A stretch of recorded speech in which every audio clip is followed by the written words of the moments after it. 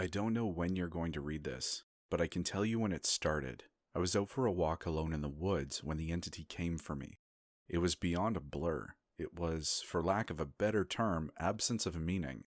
Where it hid, there were no trees. Where it crept closer, there was no grass.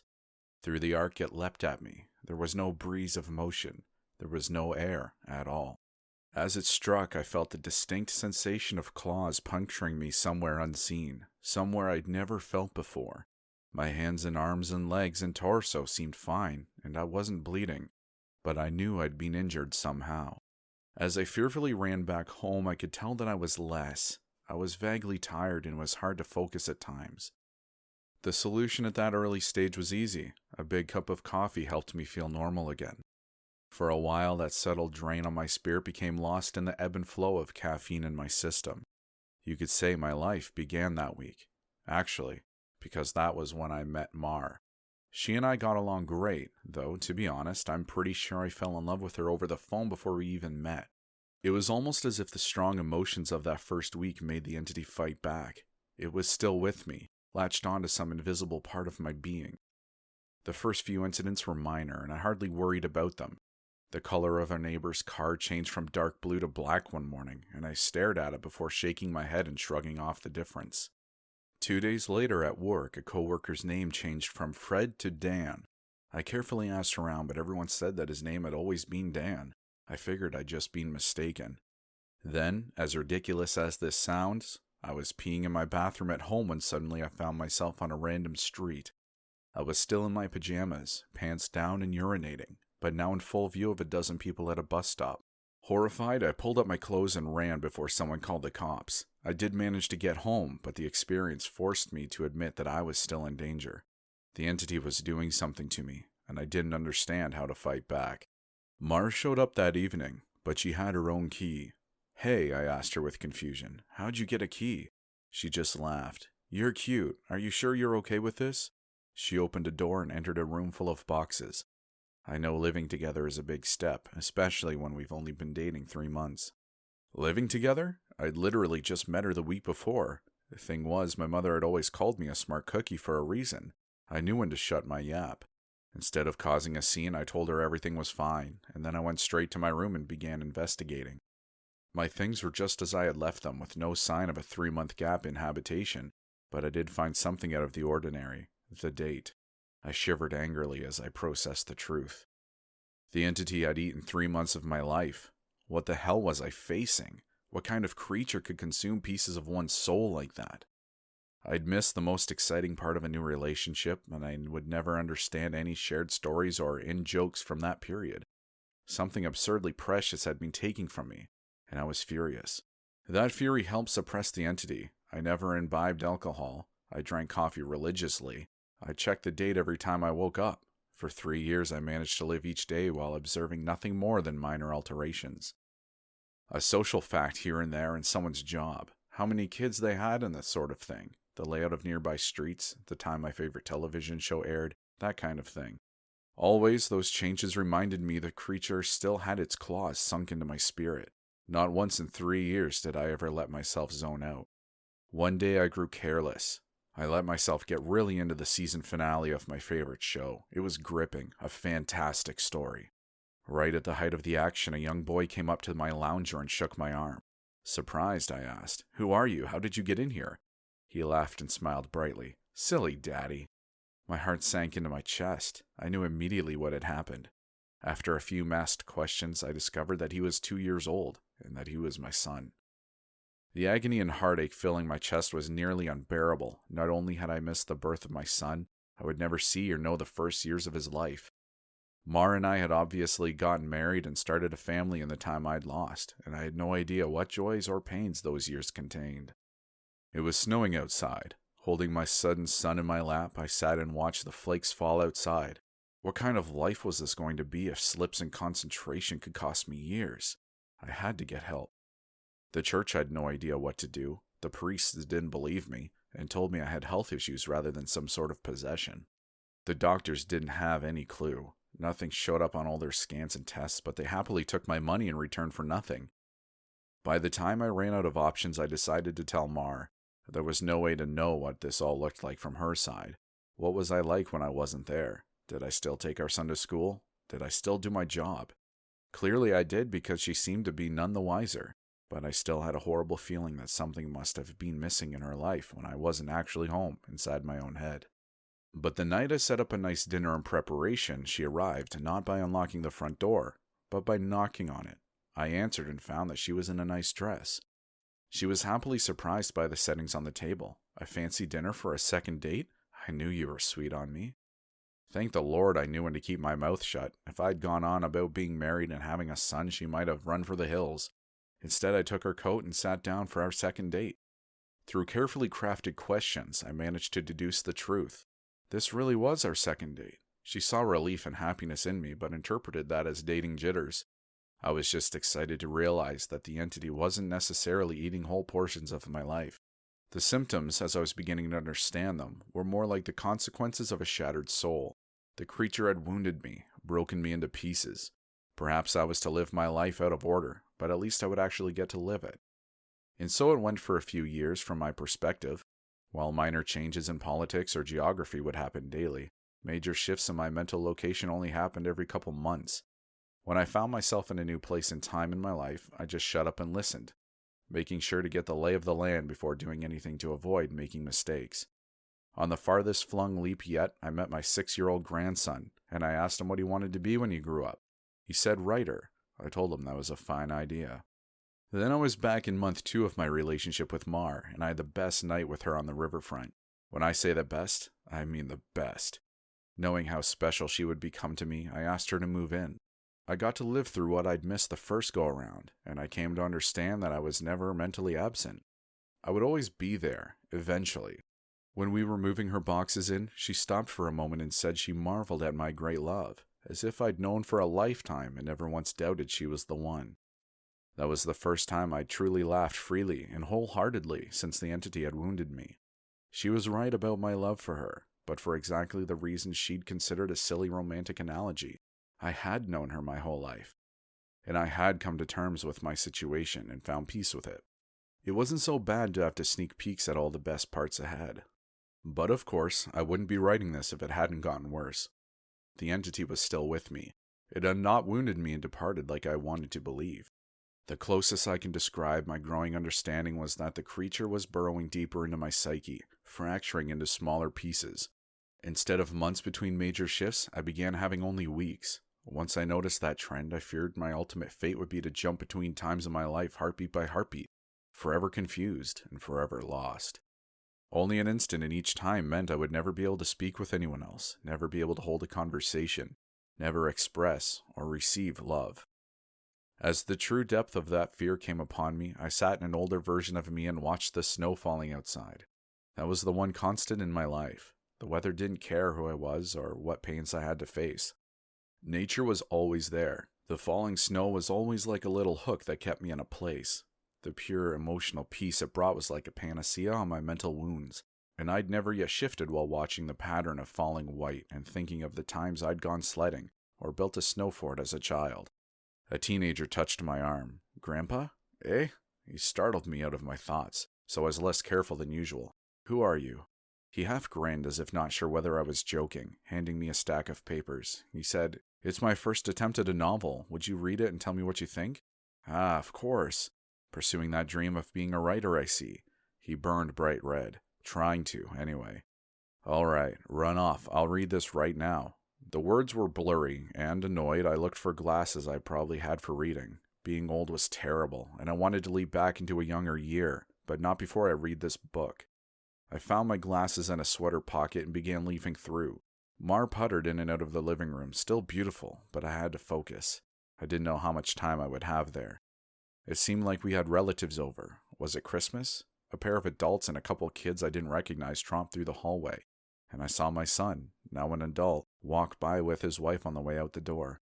As a group, the extended family began sledding outside. Finally, I finished reading the story, and I called out for my grandson. He rushed down the stairs and into the living room. "How was it?" "Well, it's terrible," I told him truthfully. "But it's terrible for all the right reasons. You're still a young man, so your characters behave like young people. But the structure of the story itself is very solid." I paused. I didn't expect it to turn out to be a horror story. He nodded. It's a reflection of the times. Expectations for the future are dismal, not hopeful, like they used to be. You're far too young to be aware like that, I told him. An idea occurred to me. If you're into horror, do you know anything about strange creatures? Sure, I read everything I can. I love it. Warily, I scanned the entrances to the living room. Everyone was busy outside. For the first time, I opened up to someone in my life about what I was experiencing. In hushed tones, I told him about my fragmented consciousness. For a teenager, he took it well. You're serious? Yes. He donned the determined look of a grown man accepting a quest. I'll look into it, see what I can find out. You should start writing down everything you experience, build some data. Maybe we can map your psychic wound. Wow, sounds like a plan. I was surprised. That made sense, and I hadn't expected him to have a serious response. But how will I get all the notes in one place? Let's come up with somewhere for you to leave them, he said, frowning with thought. Then I'll get them, and we can trace the path you're taking through your own life, see if there's a pattern. For the first time since the situation had gotten worse, I felt hope again. How about under the stairs? Nobody ever goes there. Sure, he turned and left the living room. I peered at him. I heard him banging around near the stairs. Finally, he returned with a box, laid it on the carpet, and opened it to reveal a bursting stack of papers. He exclaimed, "Holy crap!" But of course, being a teenager, he didn't really say crap. Taken aback, I blinked rapidly, forgiving his cussing because of the shock. Did I write those? He looked up at me with wonder. Yeah, or you will. You still have to write them and put them under the stairs after this. He gazed back down at the papers, then covered the box. So you probably shouldn't see what they say. That could get weird. That much I understood. Right. He gulped. There are like 50 boxes under there, all filled up like this. Deciphering these will take a very long time. His tone dropped to deadly seriousness. But I will save you, Grandpa, because I don't think anyone else can. Tears flowed down my cheeks then, and I couldn't help but sob once or twice. I hadn't realized how lonely I'd become in my shifting prison of awareness until I finally had someone who understood. Thank you. Thank you so much. And then I was young again, and at work on a random Tuesday. Once the sadness and relief faded, anger and determination replaced them. After I finished my work, I grabbed some papers and began writing. While the weeks shifted around me, while those weeks became days and then hours, I wrote every single spare moment about when and where I thought I was. I put them under the stairs out of order. My first box was actually the 13th, and my last box was the 1st. Once I had over 50 boxes written from my perspective, and once my shifting became a matter of minutes, I knew it was up to my grandson to take it from there. I put my head down and stopped looking. I couldn't stand the river of changing awareness any longer. Names and places and dates and jobs and colors and people were all wrong and different. I'd never been older. I sat watching the snow fall. A man of at least 30 that I vaguely recognized entered the room. Come on, I think I finally figured it out. I was so frail that moving was painful. Are you him? Are you my grandson? Yes. He took me to a room filled with strange equipment and sat me in a rubber chair facing a large mirror twice the height of a man. The pattern finally revealed itself. How long have you worked with this? I asked him aghast. Tell me you didn't miss your life like I'm missing mine. His expression was both stone cold and furiously resolute. It'll be worth it. He brought 2 thin metal rods close to my arm and then nodded at the mirror. Look, this shock is carefully calibrated. The electric zap from his device was startling, but not painful. In the mirror, I saw a rapid arcing light silhouette appear above my head and shoulder. The electricity moved through the creature like a wave, briefly revealing the terrible nature of what was happening to me. A bulging leech like a mouth was wrapping around the back of my head, coming down to my eyebrows and touching each ear. Its slug-like body ran over my shoulder and into my very soul. It was a parasite, and it was feeding on my mind. My now adult grandson held my hand as I took in the horror. After a moment he asked me, removing it is going to hurt very badly. Are you up for this? Fearful, I asked. Is Mar here? His face softened. No, not for a few years now. I could tell from his reaction what had happened, but I didn't want it to be true. How? We have this conversation a lot, he responded. Are you sure you want to know? It never makes you feel better. Tears brimmed in my eyes. Then I don't care if it hurts, or if I die. I don't want to stay in a time where she's not alive. He made a sympathetic noise of understanding and then returned to his machines to hook several wires, diodes, and other bits of technology to my limbs and forehead. While he did so, he talked. I've worked for 2 decades to figure this out, and I've had a ton of help from other researchers of the occult. This parasite doesn't technically exist in our plane. It's one of the lesser spawns of Muzmu, and it feeds on the plexus of mind, soul, and quantum consciousness, or reality. When details like names and colors of objects changed, you weren't going crazy. The web of your existence was merely losing strands as a creature ate its way through you. I didn't fully understand. I looked up in confusion as he placed a circlet of electronics like a crown on my head, in an exact line where the parasite's mouth had ringed me. What's Muzmu? He paused his work and grew pale. I forgot that you wouldn't know. You're lucky, believe me. After a deep breath, he began moving again and placed his fingers near a few switches. Ready? This is carefully tuned to make your nervous system extremely unappetizing to the parasite, but it's basically electroshock therapy. I could still see Mars smile, even though she was dead. I'd just been with her moments ago. Do it. The click of a switch echoed in my ears, and I almost laughed at how mild the electricity was. It didn't feel like anything, at least at first. Then I saw the mirror shaking and my body within that image convulsing. Oh no. No. It did hurt. Nothing had ever been more painful. It was just so excruciating that my mind hadn't been able to immediately process it. As my vision shook and fire burned in every nerve of my body, I could see the reflected trembling light silhouette of the parasite on my head as it writhed in agony equal to mine.